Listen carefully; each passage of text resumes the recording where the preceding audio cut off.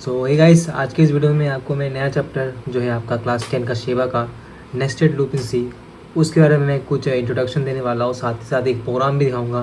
तो किस तरह से हम लोग प्रोग्राम करते हैं नेस्टेड लूप में आज के इस वीडियो में जानने वाले हैं। उससे पहले मैं आपको इंट्रोडक्शन देने वाला हूँ कि नेस्टेड लूप क्या होता है, कैसे काम करता है। ठीक है, अगर आपने मेरे और भी वीडियोज़ नहीं देखे हुए हैं, मैंने इसके ऊपर एक प्लेलिस्ट ही बना रखा हुआ है नेस्टेड लूप का। जो मेरा चैप्टर क्लास 10 का चैप्टर 5 का जो है शेवा का, इसके ऊपर मेरे एक प्लेलिस्ट भी अवेलेबल है। मैं लिंक डिस्क्रिप्शन में दे दूँगा, वहाँ से आके इसको चेकआउट कीजिए। ठीक है, वहाँ पर आपको और भी वीडियो चाहिए तो वो वहाँ पर मिल जाएंगे। काफ़ी सारे वीडियो मैंने बना चुके हैं प्रीवियस वीडियोज़, तो आप वो चेकआउट कर सकते हैं। तो अभी मैं शुरू करने वाला हूँ इंट्रोडक्शन टू नेस्टेड लूप। तो चलिए शुरू करते हैं। दोस्तों, नेस्टेड लूप जो होता है वो क्या होता है, एक लूप के अंदर और एक लूप। जैसे मान लीजिए आपके पास एक फॉर लूप है। ठीक है, उस फॉर लूप के अंदर अगर आपने और एक फॉर लूप अगर आपने लगा दिया तो ये आपका क्या क्या कहलाएगा, this known as nested loop. ठीक है, जैसे मान लीजिए मैंने अभी लूप के अंदर कुछ भी पैरामीटर्स नहीं है, लेकिन ऐसे में आप देख सकते हैं यहाँ पर दो लूप है, दोनों ही फॉर लूप्स है। ठीक है, इवन ज़रूरी नहीं कि फॉर लूप हो, हम लोग यहाँ पर while loop, do while loop भी कर सकते हैं। मतलब होना क्या चाहिए, एक लूप के अंदर और एक loop. The loop with in another loop is called nested loop. एक लूप के अंदर और एक लूप को हम लोग क्या बोलते हैं, नेस्टेड लूप। जैसे आप यहाँ पर देख सकते हैं, पहला जो लूप यहाँ पर दिख रहा है वो है आपका जो है, इसको बोलते हैं हम लोग आउटर लूप। सबसे बाहर जो होता है उसको बोलते हैं हम लोग आउटर लूप। और उसके अंदर जितने भी लूप्स आते हैं, जैसे ये जो लूप है नंबर 3 लाइन में जो लूप है, ये वाला किसके अंदर है, ये वाला आपके इस वाले लूप के अंदर है। ठीक है, तो हम लोग ये जो लूप दिखाई दे रहा है आपको, इसको हम लोग क्या बोलेंगे, इसको हम लोग बोलते हैं इनर लूप। क्या बोलते हैं इसको, इनर लूप। और ये जो बाहर का जो लूप है इसको बोलते हैं हम लोग आउटर लूप। और ये भी हम लोग को याद रखना चाहिए कि जब तक आउटर लूप फॉल्स नहीं होता है तब तक इनर लूप फॉल्स नहीं होगा। मतलब कि क्या है, if the outer loop is satisfying the condition, then the loop will be executed. Even the inner loop also get executed. ठीक है, तो जब तक आपका आउटर लूप चल रहा है तब तक आपका जो है इनर लूप भी चलता रहेगा। ये आपका काफ़ी ज़्यादा एक अच्छा कॉन्सेप्ट आपको चाहिए था। मैंने आपको ऐसे क्वेश्चन आते हैं एग्जाम में, आपको इसलिए मैंने बताया कि जब तक आपका जो बाहर का लूप जब तक चल रहा है, अंदर का लूप भी वो चलता रहेगा। ठीक है, तो इस तरह चलता रहता है। और ये सब लूप क्यों काम का आता है, देखिए जब हम लोग एरे पढ़ेंगे, जो हम लोग का जो एरे क्लास 10 में जो है वो सिंगल डायमेंशन एरे है। लेकिन जब हम लोग क्लास 11-12 में जब हम लोग कॉम्बिनेंस लेते हैं, कोडिंग करते हैं फर्दर, और तो वहाँ पर आपको जो मिलता है 2 डायमेंशनल एरे, 2D एरे।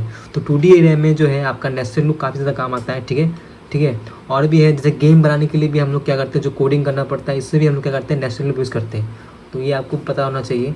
तो चलिए मैं आपको एक प्रोग्राम के थ्रू बताने वाला हूँ कि हम लोग नेस्टेड लूप कैसे काम करते हैं। सपोज मान लीजिए एक लूप है, यहाँ पर मान लीजिए एक क्वेश्चन आपका दिया हुआ है, ऐसे 1 1 यहाँ पर 2 है, यहाँ पर 1 1 3 बार है, यहाँ पर 1 1 4 बार है, और यहाँ पर 1 1 कितना है, 5 बार है। ठीक है, अब ये वाला प्रोग्राम आप लोगों ने पहले भी कर चुका है, ये वाला प्रोग्राम। ठीक है, चैप्टर 4 में। लेकिन हम लोग इसको थ्रू नेस्टेड लूप कैसे करने वाले हैं, नेस्टेड लूप में ऐसे प्रोग्राम कैसे करते हैं।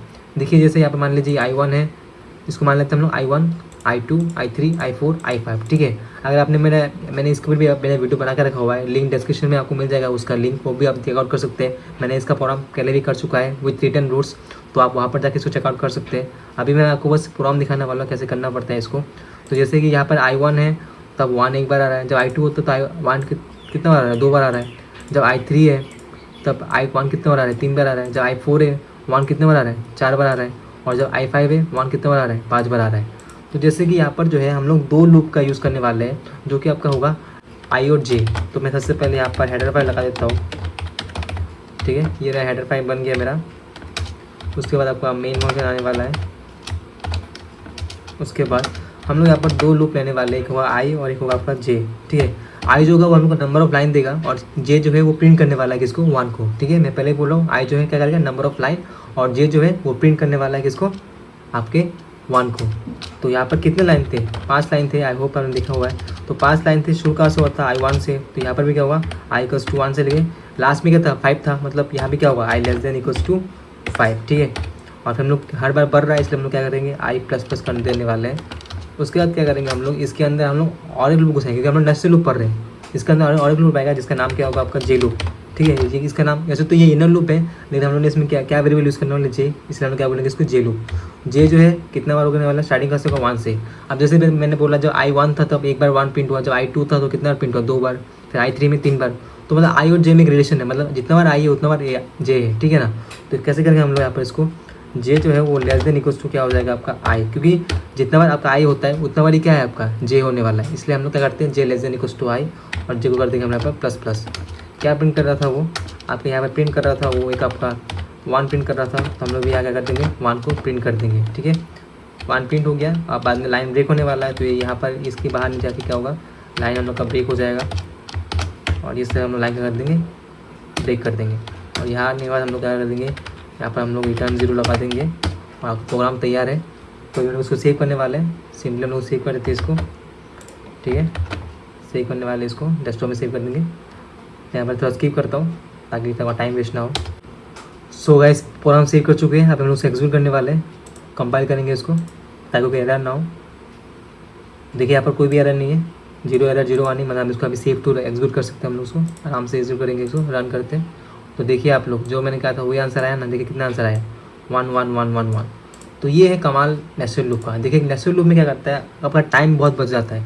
जो प्रोग्राम हमने चैप्टर 4 में एक पेज लग गया था, ठीक है काफ़ी टाइम लगा था, वही चीज़ को आप नेस्टेड लूप में विदिन सेकंड कर सकते हैं। विदिन सेकंड नहीं, अगर आप अच्छे प्रोग्राम आ रहे तो आप एक मिनट के अंदर पूरा प्रोग्राम को लिख सकते हैं।